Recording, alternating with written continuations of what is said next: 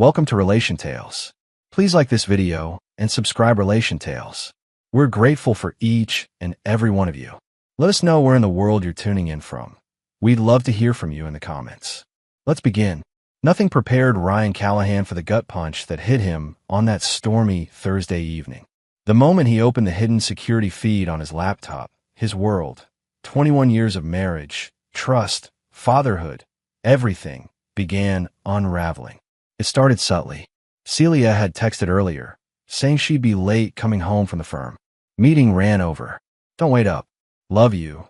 With a heart emoji, the same one she'd always used.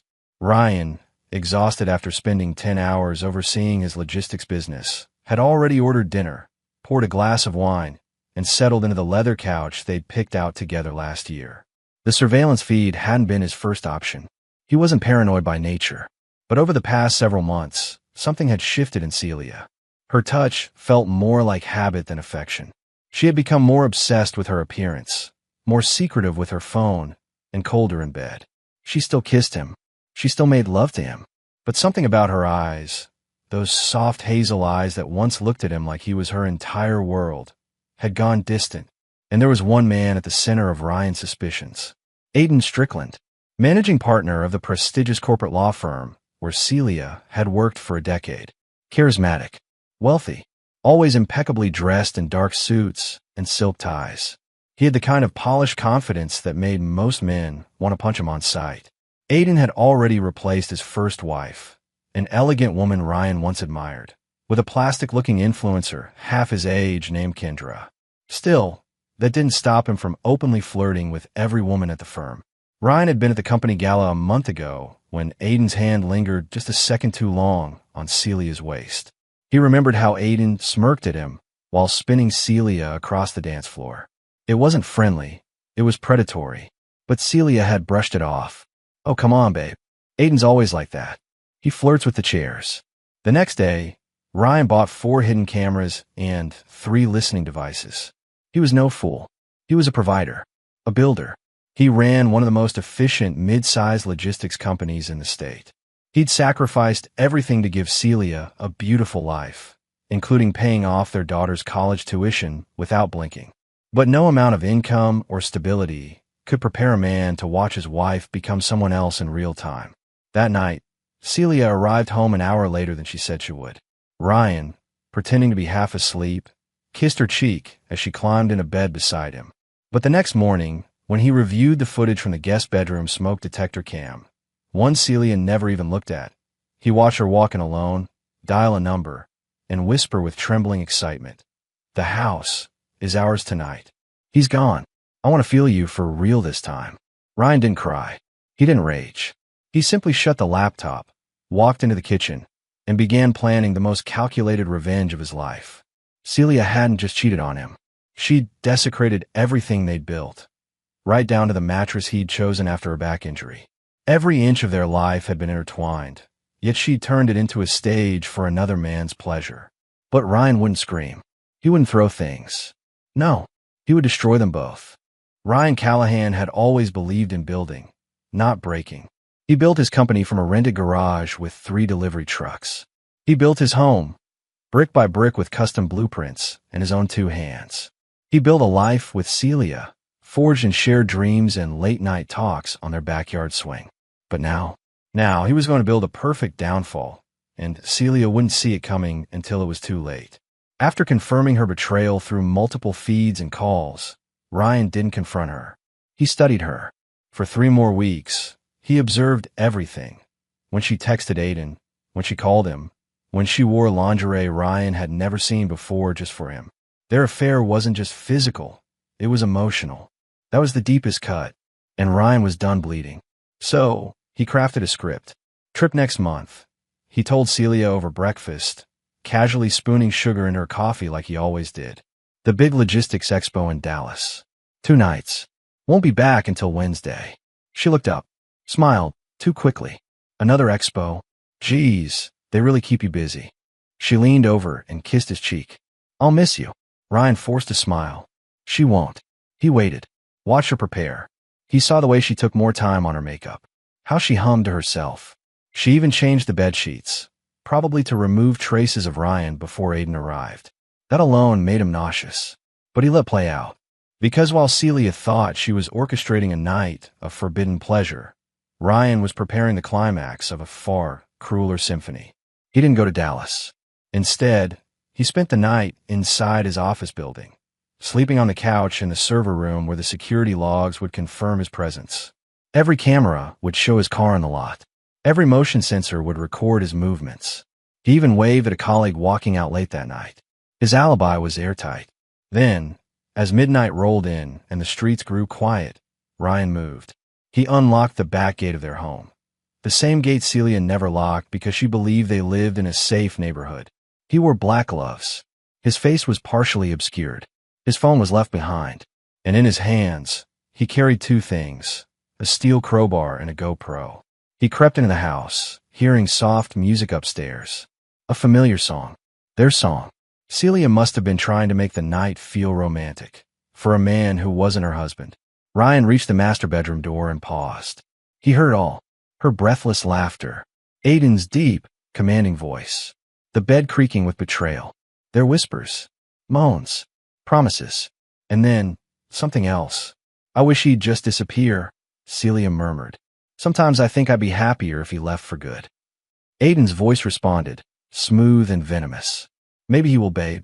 Guys like him fade away once they've outlived their usefulness. That was it. Ryan knocked once, hard. Silence. Then the door opened slightly, and Aiden's face turned pale. Before he could utter a single word, Ryan slammed the door wide and hurled the crowbar across the room, crashing into the wall just inches from where Celia sat.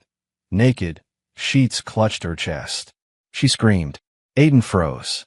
Ryan stepped forward, holding up the GoPro. Smile, he said. You're already famous. Celia's face collapsed into panic.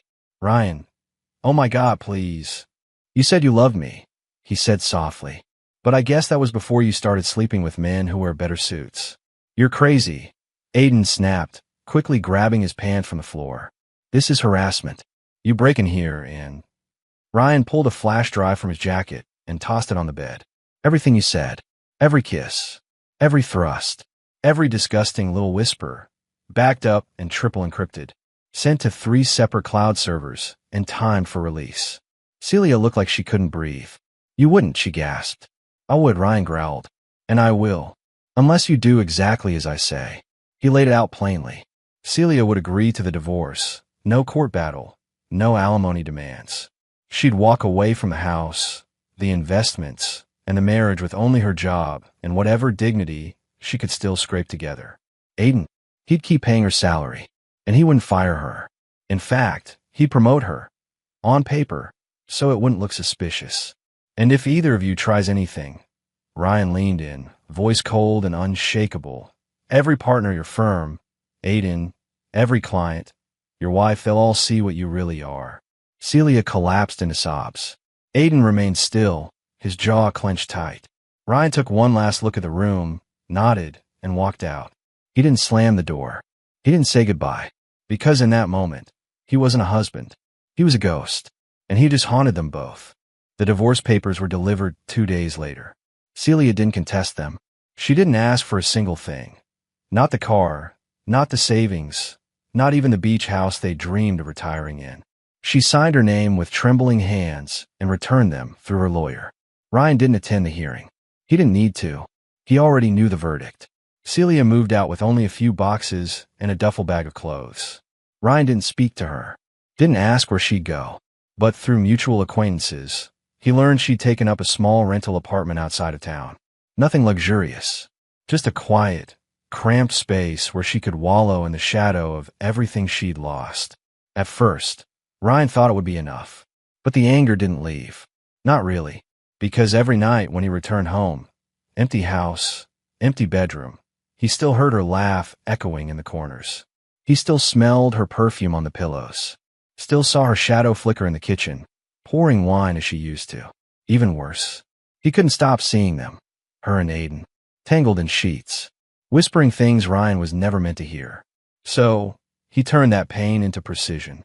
Over the next month, Ryan pieced together a meticulous trail of ruin, one that didn't require confrontation. He gathered data on Aiden's firm, his clients, his habits. He knew Aiden prided himself on discretion. That was his brand, trusted by high-profile clients who relied on confidentiality. And Ryan? He had videos. Lots of them. He didn't want to go public. Yet. But he wanted Aiden to know how close he was to losing everything. So, he sent an anonymous envelope to Aiden's office. Inside, a USB drive with a 30-second clip.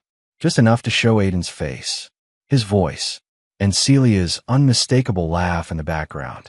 Alongside it, a note typed in simple black font. There's more. Much more. Try me. No signature. No demands. Just a warning. A week later, Ryan received a call from a blocked number. He didn't answer, but the voicemail was clear. I don't know what you want, but this ends now. Back off, or I swear, you'll regret it. Ryan replayed the message 3 times, each time smiling wider. Now Aiden knew what it felt like. To be watched, to be hunted, to have everything you built threatened by a single man's rage. But Ryan wasn't finished. One rainy Friday night, after work, he received a panicked knock at his door. When he opened it, he found Sarah, their daughter. Her face was pale, eyes swollen with tears. I just came from Mom's, she whispered. She's not okay. Ryan didn't say anything. He stepped aside and let her in. She's not eating. She's not sleeping. Her place is a mess. I think she's drinking too much. She talks about you like you're still together, like maybe if she just wakes up, this'll all be over. Ryan sat across from her, his own heart tightening. He hadn't seen Celia since the night he walked out of that bedroom with a GoPro in his jacket and years of trust shattered beneath his boots. Sarah's voice cracked. She said she was lonely, that Aiden stopped talking to her, that she's just stuck. Ryan looked away. Dad, Sarah whispered, do you still love her? His answer came after a long, bitter silence. I loved who she used to be. He sent Sarah home with leftovers and a hug. But when she left, he poured himself a drink and sat in that same kitchen where Celia used to hum while making tea. His hands trembled as the ice melted in his glass. Because no matter how furious he'd been, no matter how carefully he'd orchestrated their downfall, he missed her. God, he missed her. But missing someone doesn't erase betrayal. And love doesn't erase what she said when she thought he wasn't listening. He doesn't satisfy me the way you do. That line, that sentence alone was a death sentence. From that moment on, Ryan stopped drinking, stopped reminiscing. He doubled down on his revenge. And when Aiden retaliated, it all exploded.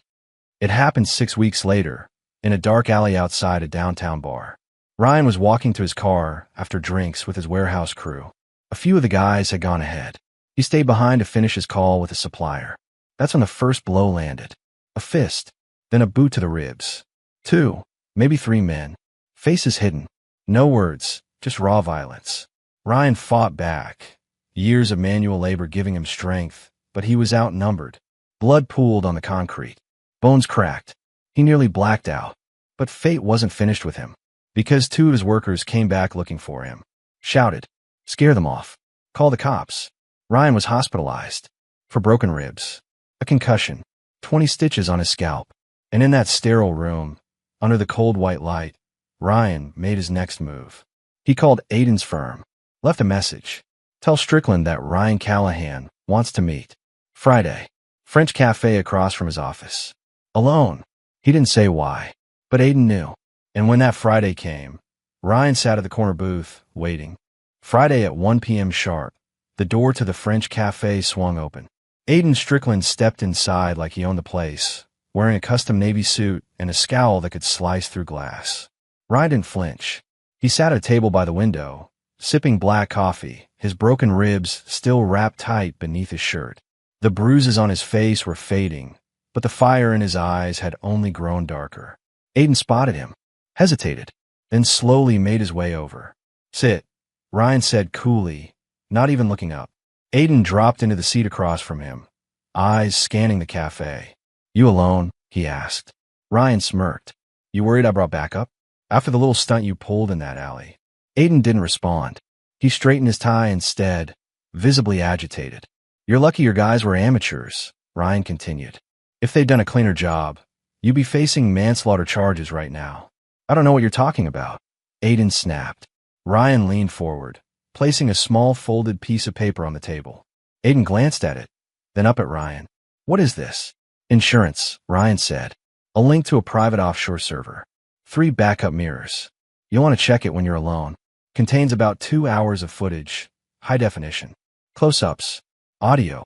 Aiden's jaw tensed. You son of a... Relax, Ryan interrupted. Your face is visible. Hers isn't. I made sure of that. Celia's lost enough because of you. Aiden's eyes narrowed. So what do you want? Ryan tilted his head. Funny. I thought someone like you would already know the answer. Aiden remained silent. I want everything you've taken from me, Ryan said, voice low but steady. And I want you to feel the weight of it every damn day. You already ruined me. Aiden spat. My wife's left me. My partners don't trust me. I'm hanging on by a thread. Ryan cut in, voice sharp. Then let go. Aiden looked like he wanted to leap across the table and strangle him. But Ryan was unmoved. I'm giving you 2 options, Ryan continued. 1.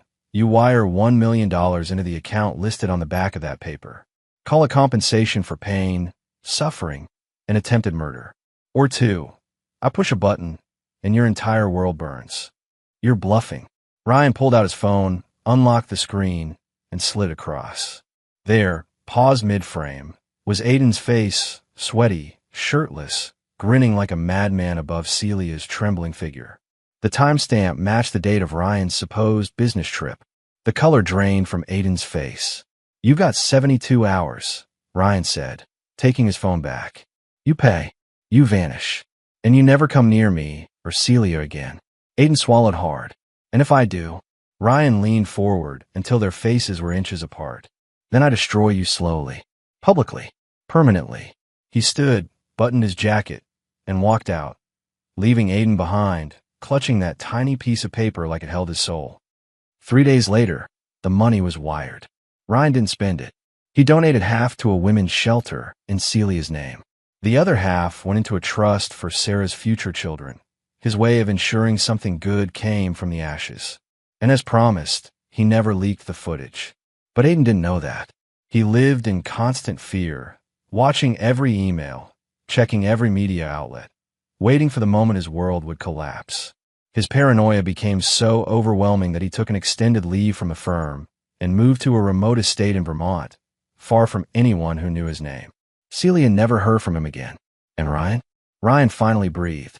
Not relief. Not joy. Just silence. The house was sold. The furniture replaced. The memories purged. Celia called once. Then twice. Left voicemails. Apologies. Please.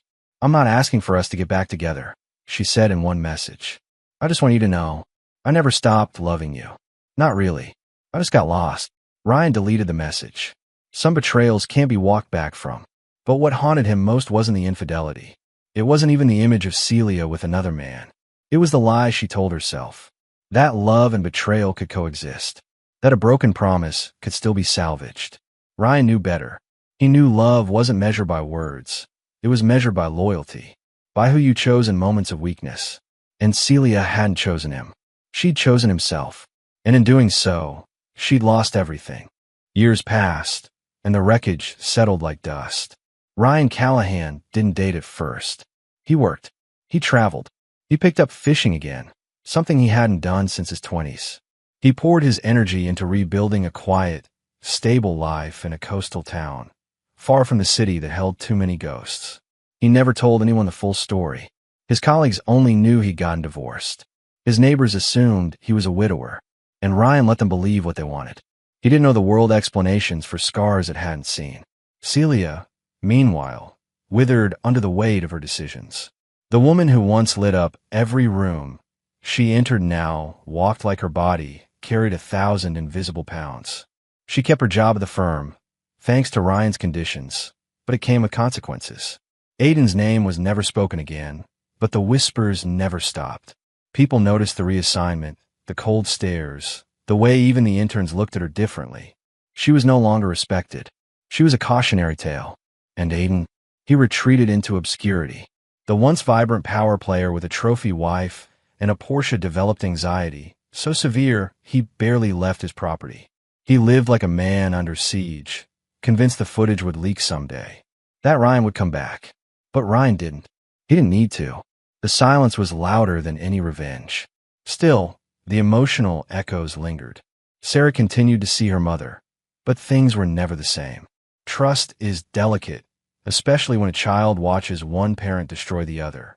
Celia tried to reach out to Ryan, to apologize, to explain, but he never responded. Until one day, she stopped trying. The drinking worsened. Her body weakened. By the time she was 50, she looked 65. Her eyes were hollow. Her once smooth hands trembled constantly. She rarely left the house, except for work in the grocery store. She'd become a shell of the woman Ryan once loved, a haunting reminder of what betrayal does to the soul. Then, one summer morning, Ryan received a call from Sarah. He hadn't heard her cry like that since she was a child. "It's Mom," she said between sobs. "She's gone. Heart attack. In her sleep. Alone in her apartment." The landlord found her after neighbors complained about the smell of burnt food left on the stove. Ryan didn't attend the funeral. He sent flowers, paid for the cremation, and asked Sarah to scatter the ashes somewhere quiet, somewhere her mother used to smile. He didn't need to see the coffin. He had already buried her years ago. But that night, he poured a glass of whiskey, sat on the porch, and wept. Not for the woman who betrayed him, but for the one she used to be.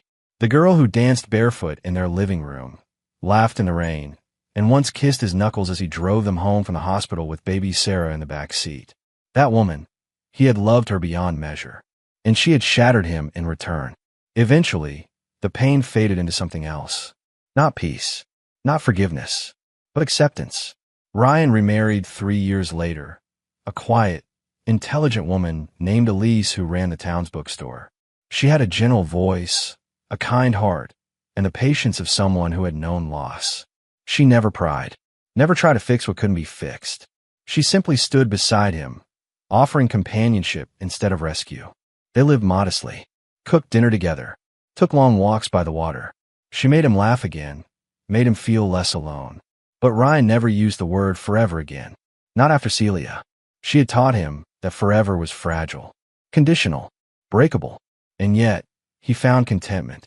A life rebuilt not from vengeance, but from resolve. Sarah visited often, bringing her husband and later, their 2 children. She never spoke of the past, never asked her father to revisit the ashes he'd buried. But on rare nights, when the wind blew a certain way, she'd catch a glimmer in his eyes, something soft, wounded, but still proud. Because despite everything, Ryan had survived. He had been torn apart, broken open, humiliated, and betrayed. But he never became cruel. He never stooped to their level. He delivered his revenge not through violence, but precision. Not with blood, but with consequence. And when it was done, he walked away, not triumphant, but whole. The kind of man who doesn't need the world to know what he endured. Because the silence, that was his victory. And the scars, those were his proof that he'd once loved so fiercely, it nearly destroyed him. But he never let it. He rebuilt. He endured. He won.